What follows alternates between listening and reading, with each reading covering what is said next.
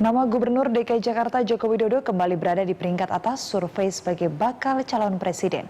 Di dalam survei yang dilakukan Political Communication Institute, Jokowi memiliki elektabilitas tertinggi sebagai bakal calon presiden dari kalangan tokoh muda.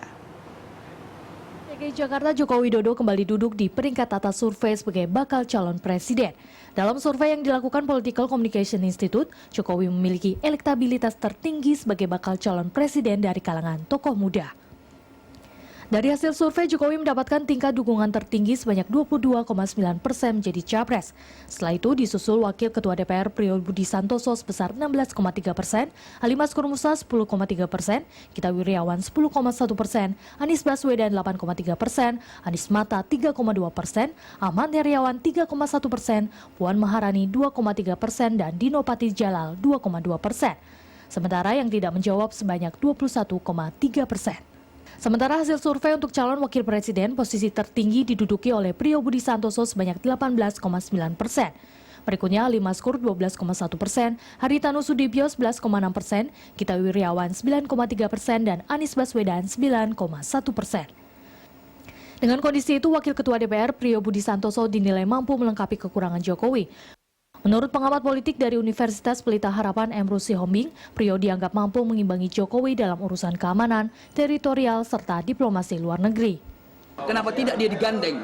Yang arti wakil presiden yang punya kemampuan menutupi kelemahannya ini, ya mereka punya kemampuan ini. Ya, kalau boleh saya sarankan adalah tokoh-tokoh muda juga. Seperti yang saya sebut tadi, elektabilitas yang berada pada urutan kedua, yaitu Priyo ya. Priyo dia adalah wakil ketua DPR Komisi 1, 2, dan 3 yang membidangi soal keamanan, militer, dan juga komunikasi. Jadi saya pikir sangat sempurna, oleh karena itu digandengkan saja. Selain itu, sikap PDIP yang mengulur penunjukan capres dinilai tidak bijaksana. Padahal Jokowi bisa jadi tiket emas PDIP di pemilu nanti. Emrus menambahkan kehadiran Jokowi di laga capres bisa mendulang suara hingga 20%. Kenapa PDI Perjuangan belum mencalonkan sekarang?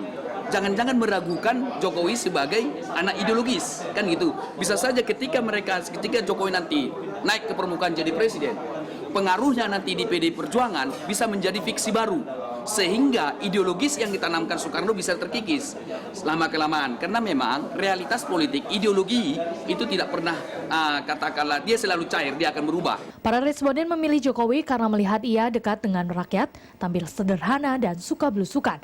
Sementara itu, Priyo mendapatkan dukungan lantaran responden menilai politisi Partai Golkar itu dekat dengan komunitas muda, berpengalaman di organisasi dan bidang politik. Keko Ranti, Krisdianto, Berita 1, Jakarta.